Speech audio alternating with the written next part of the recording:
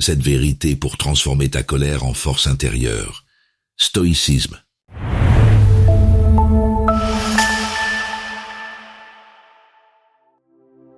Peu de personnes réalisent qu'elles offrent chaque jour les parties les plus précieuses de leur vie, sans même s'en rendre compte. Ton temps, ton énergie, tes décisions, ta tranquillité d'esprit, et à force de tout donner, tu finis par ne plus savoir ce qui t'appartient vraiment. Tu dis oui alors que tu voulais dire non. Tu écoutes pendant des heures les plaintes des autres et tu te couches épuisé. Tu cherches l'approbation avant de prendre une décision importante. Tu tolères des paroles qui dépassent tes limites personnelles, simplement pour éviter le conflit. Et au fond de toi, une frustration silencieuse grandit. Le stoïcisme enseigne pourtant une vérité simple. Tout ne doit pas être donné, même si on te le demande avec insistance. Protéger son temps n'est pas de l'égoïsme. Préserver son énergie est une discipline. Garder son autorité intérieure est un acte de maturité. Les anciens philosophes avaient déjà tracé une ligne claire entre générosité et abandon de soi. Comme le rappelait Épictète, il y a des choses qui dépendent de nous et d'autres qui n'en dépendent pas. Dans cette vidéo, tu vas découvrir 7 choses que tu ne dois jamais céder, même sous pression. Ton temps, ton équilibre émotionnel, tes décisions, ta dignité.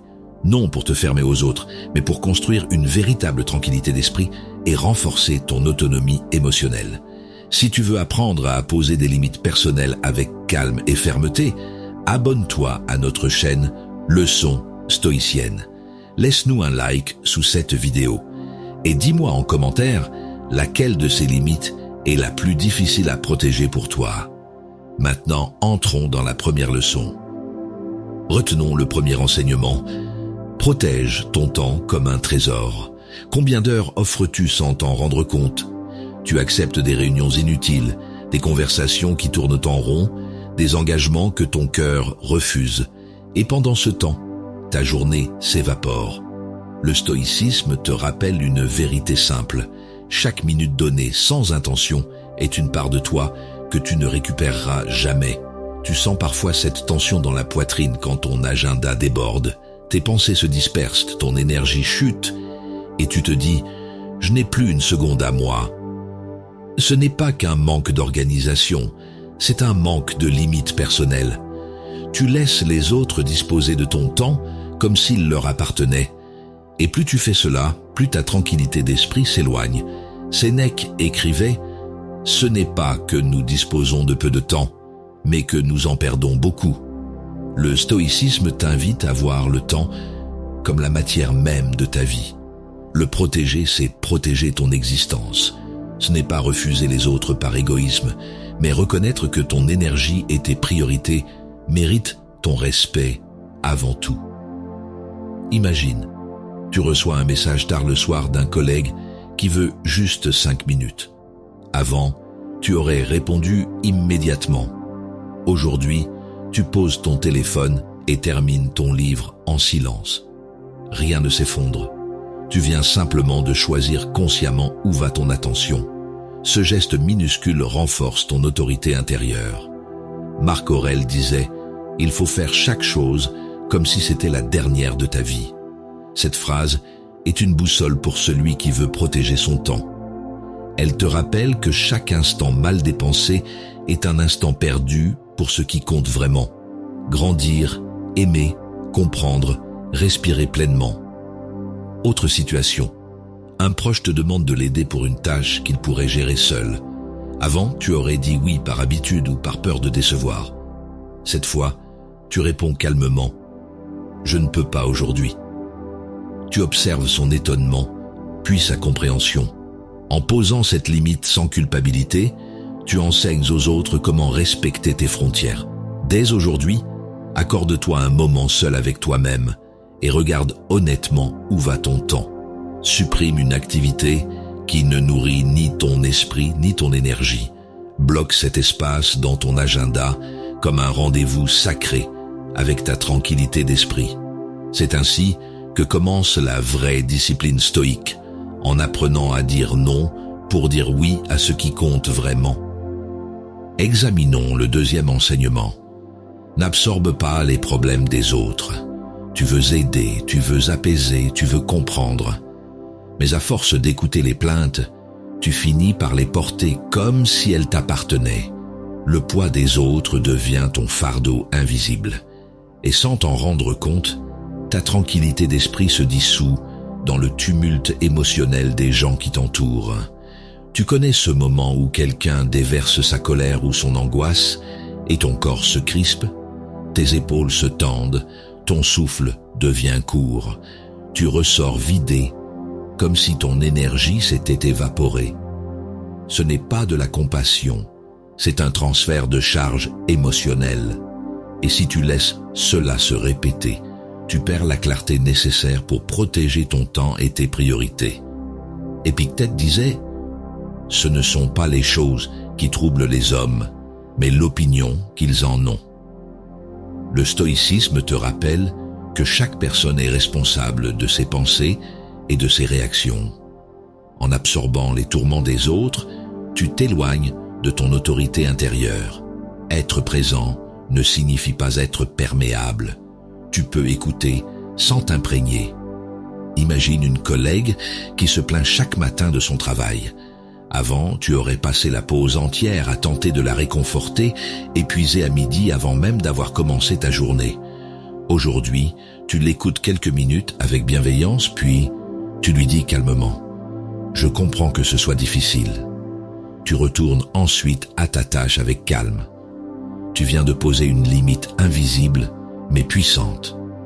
Sénèque écrivait « Celui qui souffre avant le nécessaire souffre plus que nécessaire ». Cette phrase te rappelle que partager la peine d'autrui ne doit pas signifier l'adopter. Aider demande du discernement. Donner un mot juste vaut mieux que s'enliser dans la détresse d'autrui. Le stoïcien apprend à offrir sa présence sans céder sa paix intérieure.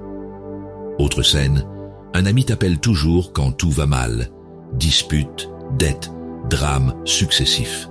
Avant, tu te rendais disponible à chaque fois, au détriment de ton sommeil et de ton équilibre.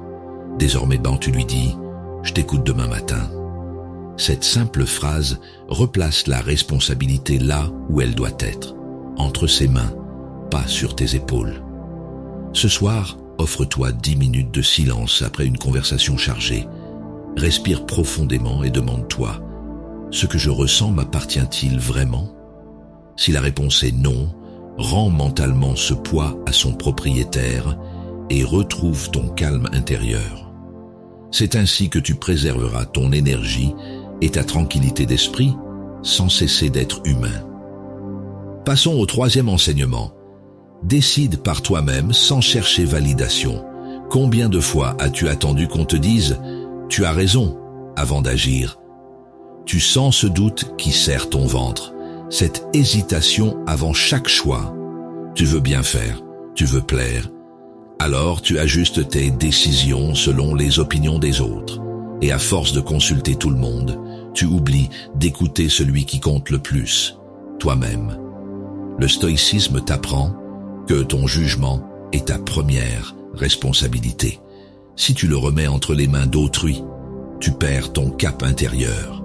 Marc Aurèle écrivait « La tranquillité vient lorsque l'on cesse de courir après ce que disent ou pensent les autres. » L'autorité intérieure naît quand tu décides avec raison, pas avec peur du regard d'autrui. Imagine, tu veux changer de voie professionnelle, mais ton entourage te décourage. Avant, tu aurais abandonné l'idée pour éviter leurs critiques. Aujourd'hui, tu écoutes leurs arguments sans t'y soumettre. Tu examines calmement les faits, puis agis selon tes valeurs. Ce n'est pas de l'arrogance, c'est la pratique même du stoïcisme. Protéger son temps et son énergie des influences inutiles. Épictète disait « Personne ne peut te contraindre à juger contre ta volonté ». Cette phrase est une arme contre la dépendance à l'approbation. Elle te rappelle que la vraie liberté réside dans ta capacité à décider sans être ballotté par les opinions changeantes des autres. Tes limites personnelles se renforcent chaque fois que tu assumes ton propre jugement.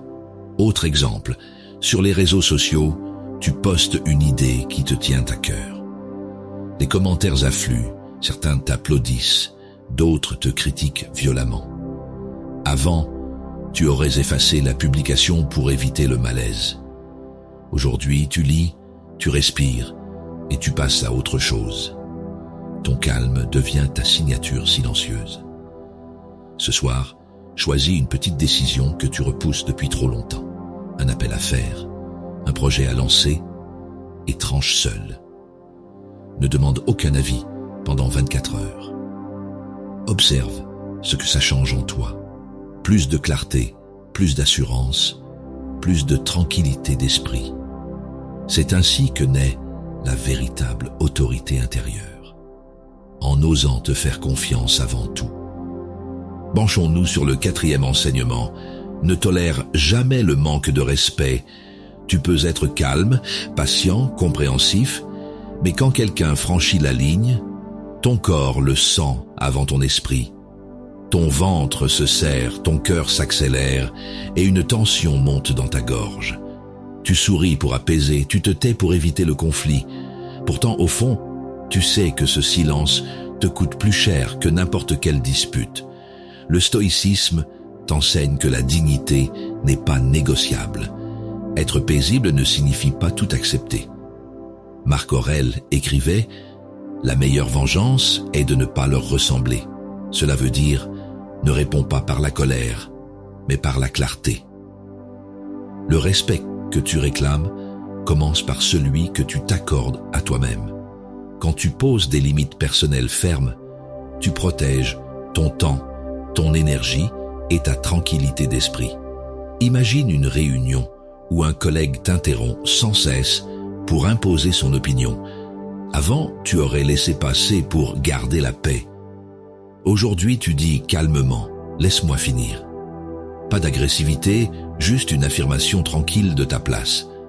Ce geste simple marque un tournant. Tu reprends ton autorité intérieure sans perdre ton calme. Sénèque écrivait aussi « Celui qui endure l'injustice sans maudire y consent. Ce n'est pas une incitation à la colère, mais à la fermeté lucide. Le stoïcien sait qu'il ne peut contrôler les autres, seulement sa propre réaction. Refuser le manque de respect n'est pas un combat contre autrui, c'est une protection de son espace intérieur. Autre situation. Un proche se moque de tes choix ou rabaisse tes efforts devant les autres. Avant, tu aurais ri nerveusement pour masquer la gêne. Maintenant, tu réponds avec un regard franc. Je préfère qu'on évite ce sujet. Tu ne fuis plus, ni ne t'excuses d'exister ainsi. Tu transformes le malaise en moment d'affirmation paisible. Ce soir, repense à une interaction où tu as ressenti cette tension muette du non-respect. Note exactement ce qui t'a dérangé et comment tu aurais pu réagir autrement. Prépare ta réponse calme et claire pour la prochaine fois. Quelques mots simples suffisent à poser ta limite sans agressivité. C'est ainsi que le stoïcisme devient concret, en choisissant chaque jour la dignité plutôt que la soumission silencieuse. Accueillons le 5e enseignement. Arrête de donner des chances infinies. Tu pardonnes encore et encore. Tu veux croire que les gens vont changer, que leurs excuses sont sincères. Mais à force d'accorder des secondes chances sans fin, tu t'épuises. Ton énergie s'effrite, ta confiance se fragilise et ta tranquillité d'esprit devient un champ de bataille intérieur. Le stoïcisme ne t'apprend pas à durcir ton cœur, mais à protéger ton temps et ton équilibre émotionnel. Tu connais ce sentiment, la gorge serrée après une déception répétée. Tu justifies l'autre, tu t'accroches à ses promesses. Pourtant, au fond de toi, quelque chose murmure que cette situation t'éloigne de tes limites personnelles. Tu ressens cette fatigue sourde, celle qui naît quand tu donnes plus que ce que l'autre mérite. Le pardon sans discernement devient une fuite de ton autorité intérieure. Sénèque écrivait « Celui qui pardonne sans mesure apprend aux autres à le blesser encore ». Cette phrase n'est pas une invitation à la rancune, mais à la lucidité. Le stoïcisme te rappelle qu'il faut juger par les actes, pas par les mots. Quand un comportement se répète malgré tes avertissements calmes, il ne s'agit plus d'une erreur, c'est un choix. Et toi aussi, tu dois choisir jusqu'où va ta patience. Imagine un ami qui te pose souvent un lapin pour vos rendez-vous. Avant, tu aurais haussé les épaules en disant « ce n'est pas grave ». Aujourd'hui, tu observes le schéma. Tu décides de ne plus relancer, non par froideur, mais par respect pour ton temps et ton énergie. Ce silence volontaire devient une frontière claire. Tu montres que ta présence a de la valeur. Épictète disait « ce n'est pas celui qui frappe qui t'humilie, mais celui qui permet qu'on le frappe encore ». En d'autres termes, cesse de confondre bonté et tolérance illimitée. La compassion authentique inclut aussi la fermeté. Refuser une nouvelle chance injustifiée n'est pas de la dureté du cœur, c'est du courage intérieur. C'est préserver ton espace mental pour ceux qui agissent avec respect. Autre contexte. Au travail, un collègue prend sans cesse le crédit pour tes idées malgré tes rappels discrets. Avant, tu te serais dit « je ne veux pas créer de tension ». Cette fois, tu adresses calmement le sujet devant lui et ton supérieur. Tu poses les faits sans colère ni justification excessive. Ton calme devient ta meilleure défense. Ta dignité reste intacte. Ce soir, prends 10 minutes pour écrire 3 situations où tu continues à offrir des secondes chances injustifiées. Pour chacune, décide d'un seuil clair à ne plus dépasser. Pas besoin d'en parler à personne. Cet engagement est entre toi et toi-même. C'est ainsi que tu renforces ton autorité intérieure et retrouves cette tranquillité d'esprit chère au stoïcisme, celle qui naît quand tu cesses de te trahir au nom des autres. Appliquons le 6e enseignement. Dis non sans te sentir coupable. Tu dis oui pour éviter de décevoir, pour garder la paix ou pour ne pas paraître égoïste. Pourtant, à chaque oui forcé, tu t'éloignes un peu plus de toi-même. Le stoïcisme te rappelle que ta valeur ne se mesure pas à ta disponibilité. Dire non n'est pas un rejet des autres. C'est une affirmation de ton respect envers ton temps et ton énergie. Tu connais ce moment où quelqu'un te sollicite alors que tu es épuisé? Ton corps dit non, mais ta bouche dit oui. Tu sens cette tension dans ta mâchoire, ce poids sur ta poitrine juste après avoir accepté. Ce malaise, c'est ton esprit qui t'envoie un signal. Tu viens de franchir tes limites personnelles. À force d'ignorer ce signal, tu sacrifies ta tranquillité d'esprit au profit du confort des autres. Sénèque écrivait « Celui qui ne sait pas où il va ne trouve jamais le vent favorable ». Si tu veux protéger ton temps, tu dois savoir ce qui compte vraiment pour toi. Chaque refus conscient devient une boussole intérieure. Tu passes du réflexe à la maîtrise, tu choisis au lieu de subir. C'est le début d'une véritable autorité intérieure. Imagine une amie qui t'invite à sortir alors que tu avais prévu une soirée calme pour te ressourcer. Avant, tu aurais cédé par peur de la vexer. Aujourd'hui, tu dis simplement « Pas ce soir, j'ai besoin de me reposer ». Elle est surprise puis comprend. Tu viens d'honorer ton énergie sans rompre le lien. Ce genre de non calme renforce ton estime et clarifie tes relations. Marc Aurèle disait aussi « Agis comme si ce que tu faisais suffisait, car cela suffit déjà ». Cette phrase t'aide à comprendre que refuser n'a rien d'un manque. C'est reconnaître que tes ressources sont limitées et précieuses. Le stoïcisme t'apprend à doser tes engagements avec sagesse pour préserver ta paix intérieure et agir avec justesse. Autre exemple, ton supérieur te demande encore un dossier en urgence alors que ta journée est terminée. Avant, tu aurais accepté en serrant les dents. Aujourd'hui, tu réponds calmement « Je m'en occuperai demain matin ». Pas d'excuses inutiles, juste une limite claire. Cette fermeté paisible impressionne plus qu'elle ne choque. Elle montre que tu sais où placer ton équilibre. Ce soir, observe chaque fois où tu dis oui automatiquement. Prends quelques secondes avant de répondre et demande-toi, est-ce aligné avec mes priorités ou avec ma peur de déplaire? Si c'est la peur qui parle, respire et choisis le silence plutôt qu'un oui par fatigue. C'est ainsi que tu apprends à dire non sans culpabilité, en respectant profondément ton temps, ton énergie et ta tranquillité d'esprit. Explorons le 7e enseignement.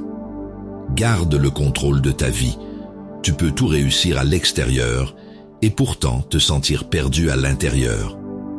Parce que sans direction claire, tu laisses les autres décider où va ton temps, ton énergie et même tes émotions. Le stoïcisme te rappelle une vérité essentielle. Si tu ne gouvernes pas ton esprit, quelqu'un d'autre le fera à ta place. Tu connais ce sentiment de courir sans savoir pourquoi? Tes journées sont pleines, mais pas profondes. Tu réagis aux urgences, aux demandes, aux notifications. Ton corps est fatigué, ton esprit dispersé. Tu sens que quelque chose t'échappe. Ton autorité intérieure s'effrite quand tu vis selon le rythme imposé par le monde plutôt que selon ta raison. Épictète disait « N'attends pas que les événements arrivent comme tu veux. Décide de vouloir ce qui arrive et tu seras heureux. » Cette phrase résume la maîtrise de soi selon le stoïcisme. Garde le contrôle de ta vie ne signifie pas tout contrôler, mais choisir comment tu emploies ton énergie. C'est protéger ton temps et ta tranquillité d'esprit en orientant chaque action selon tes valeurs. Imagine un matin sans précipitation. Avant, tu te serais levé en consultant ton téléphone dès l'aube, submergé par les messages et les urgences des autres. Aujourd'hui, tu prends 10 minutes pour respirer en silence avant d'ouvrir quoi que ce soit. Ce geste simple change tout. Tu redeviens acteur de ta journée au lieu d'en être le spectateur.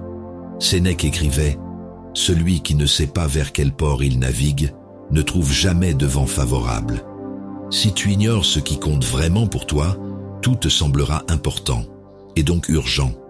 Garde le contrôle de ta vie, commence par la clarté intérieure, savoir ce que tu veux préserver et pourquoi. C'est ainsi que naît la discipline tranquille du stoïcien. Autre scène, un proche critique tes choix personnels ou professionnels avec insistance. Avant, tu aurais douté ou cherché à te justifier. Maintenant, tu écoutes calmement, puis réponds simplement. Je comprends ton point de vue. Tu passes à autre chose sans emporter sa désapprobation avec toi. Ce détachement conscient n'est pas du mépris. C'est la preuve que ta paix dépend désormais de toi seul. Ce soir, prends une feuille blanche et trace 2 colonnes. Dans la première, note ce qui dépend réellement de toi. Dans la seconde, ce qui t'échappe totalement. Engage-toi à consacrer ton énergie uniquement à la première colonne pendant 1 semaine. Observe combien ton esprit gagne en clarté et en force tranquille. C'est ainsi qu'on garde le contrôle de sa vie, selon le stoïcisme. Non en dominant les autres, mais en se maîtrisant soi-même. Tu as commencé cette vidéo peut-être sans vraiment savoir où passer ton temps, ton énergie, ni comment préserver ta tranquillité d'esprit. Et maintenant, tu sais qu'en posant des limites personnelles claires, tu ne fermes pas ton cœur, tu l'ancres dans le réel. Le stoïcisme t'a montré que protéger son temps, c'est protéger sa vie, que garder son autorité intérieure, c'est refuser de te perdre pour plaire aux autres. Tu n'es plus à la merci des demandes extérieures, tu choisis désormais ce qui mérite ton attention. Marc Aurèle écrivait « Tu as le pouvoir sur ton esprit, pas sur les événements extérieurs. » Cette phrase résume tout ce que tu viens d'apprendre. Tu ne contrôles pas ce que les autres attendent de toi, mais tu peux décider de ce que tu leur donnes, ou non. C'est là la clé du stoïcisme. Orienter ton énergie vers ce qui dépend vraiment de toi et tracer des frontières saines pour préserver ton équilibre intérieur. Chaque non conscient devient une victoire sur la dispersion et un pas vers la vraie liberté. Si cette vidéo t'a aidé à mieux comprendre les choses, à ne pas donner aux autres selon la philosophie stoïque, abonne-toi à notre chaîne Leçons stoïciennes. Laisse-nous un like sous cette vidéo. Dis-nous en commentaire quelle limite personnelle te semble la plus difficile à maintenir au quotidien. Et partage cette vidéo avec quelqu'un qui donne trop sans s'en rendre compte. On se retrouve très vite pour continuer ce chemin ensemble. Ce que tu protèges définit ta paix. Garde ton temps et ton énergie comme tes trésors les plus précieux.